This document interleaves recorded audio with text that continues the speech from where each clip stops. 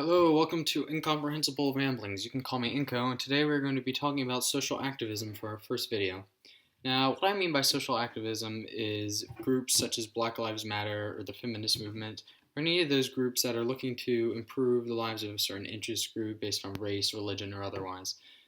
And just a warning before I get in detail on my opinions on these groups and what they do in order to fight for their cause is that I'm not the most PC person, and I'm not afraid to offend people. I am here to provide my absolute honest opinion, and I'm not going to let the certain politically correct term get in the way. So if I say something wrong that may offend you, I apologize. It's not my intention. I'm only here to provide accurate information and my accurate opinion on a topic which I feel is relevant to the country today.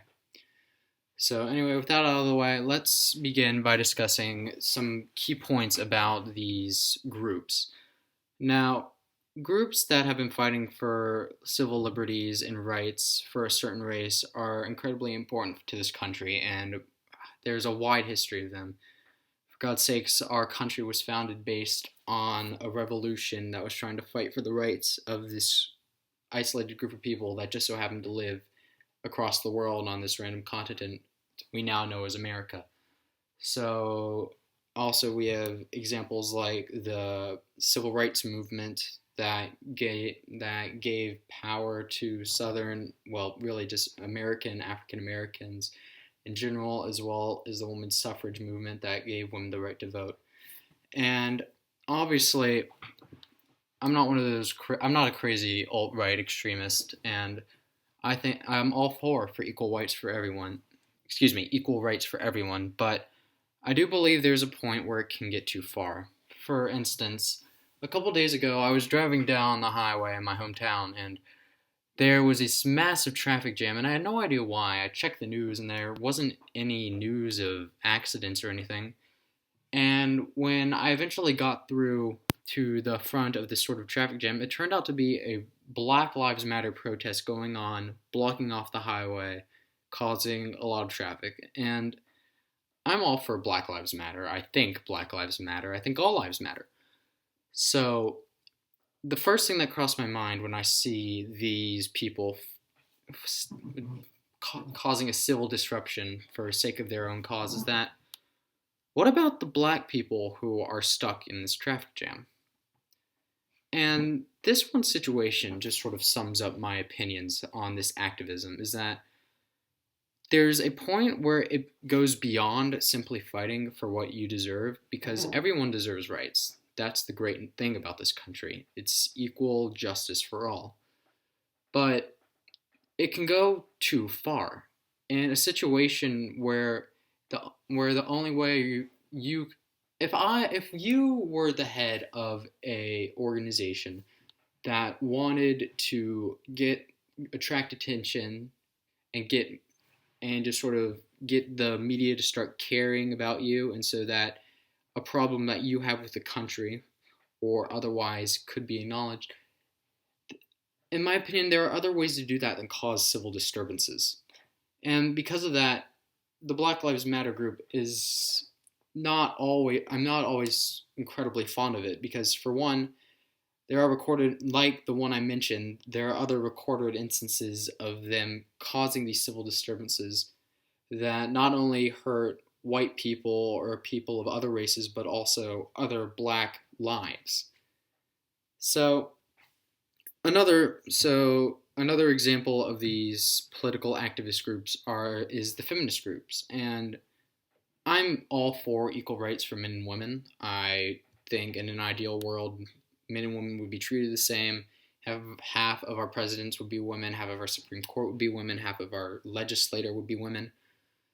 But it's gone to the point with feminism where here's a good example. I was writing a paper for my AP government class a couple days ago, and I was using a special text editor that just sort of helps check mistakes. And when I typed in the word founding fathers, it told me that this was an error. It said that this word wasn't politically correct. And I was stunned. founding fathers is apparently not politically correct.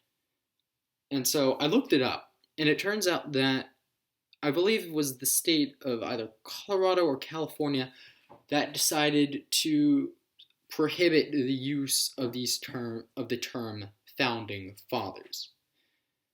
Now this, among other examples, just sort of goes to see how, is that really helping anyone? Censoring a word that just describes the people who signed our Constitution and formed our country, who founded our country. And as far as history is concerned, all those people were men. So the term founding fathers makes sense. So I understand that women in general, I mean, I'm a man, I'm a white male who is not a part of any minority in general, besides, I mean, I'm Jewish, I guess, but besides that, I'm a privileged white male who doesn't have these similar concerns in life, but even I'm able to understand that isn't it a bit far to say that a word, and this isn't a word that has had a historical negative connotation like the N-word, but founding fathers, oh my god, it has a gender assigned name with fathers. And another situation, I remember long ago, my 4th grade class, one of the girls in the class made a complaint to the teacher saying she didn't like the words policeman or fireman or any words that had the prefix or suffix man in it, mankind, humanity. And the teacher was like, "You're right. This is ridiculous." And so we basically weren't allowed to say this entire dictionary's worth of words that just happened to contain 3 letters. And it doesn't make sense to me. Because our country, the First Amendment, it's one of the main provisions of the First Amendment of our Constitution is freedom of speech. But here we are trying to ban words from being said, violating people's freedom of speech because they aren't politically correct.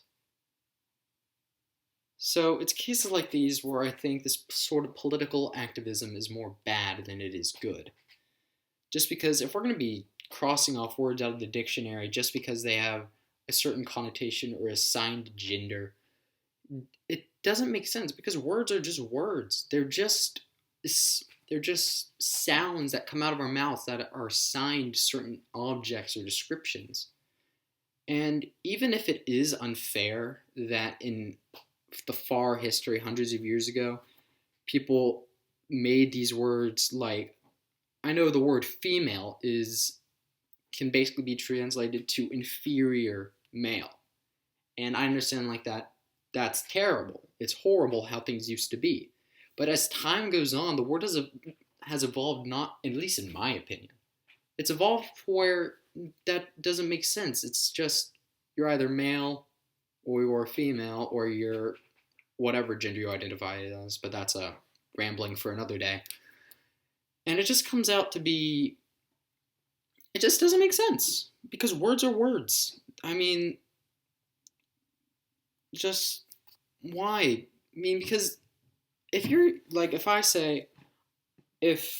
were to say I want to be a policeman when I grow up, when I say that, it's safe to assume that I'm not, by using the sound man in the word policeman, I'm not saying that only men can be police or anything along the lines of that. So I feel like this is a sort of social activism that's going in a wrong direction. Because there are better ways in order to make yourself known. You have to identify what's wrong with the world. And for back to the Black Lives Matter thing that's not fair. Black Lives Matter movement is obviously they've come up as a result of the recent police shootings, and it's a problem. It's certainly a problem. But even as big of a problem as it is, there are better ways to make this problem more known than causing more problems yourself. Just, in my opinion, you can't solve a problem by creating another problem. That's just not how the world works. So, in short, political activism, it's not meant to get revenge, sort of. Well, let me explain myself a bit what I mean by that. Last summer, I went on vacation to Southern Africa. I visited Botswana, South Africa, but I also visited Zimbabwe. Now, most people probably don't know about Zimbabwe's history. It's just a small African country in Southern Africa. But like many of the African colonies a few centuries ago, is that it was ruled by white men. The black men were inferior. Everyone should know the story of Nelson Mandela. But now that the native Africans have rightfully been repositioned in power, is that the current president, quote unquote president of Zimbabwe, his name is Mugabe, he has instituted a policy where white people are no longer allowed to hold business on their own. And what that's sort of saying, that because of the oppression that happened in the past by people who are no longer alive and no longer exist, we must punish the same type of people who live now and didn't cause that old oppression. And this can also be related to, say, affirmative action, how we, by prioritizing minorities and accepting into colleges or getting jobs, is that doing that damages the chances of a non-minority of getting into school, which is why I'm personally against affirmative action, because it's just reverse discrimination. So this political activism of trying to make the minorities more powerful, I'm all for it. But I'm not for it when the only way to do that is to cause suffering for someone that doesn't have the same problem as you, to make you feel more equal, to make it so that it's not the way that people should find justice. Problems should be resolved. More problems shouldn't be made to equalize other problems. And that's my rambling on political activism.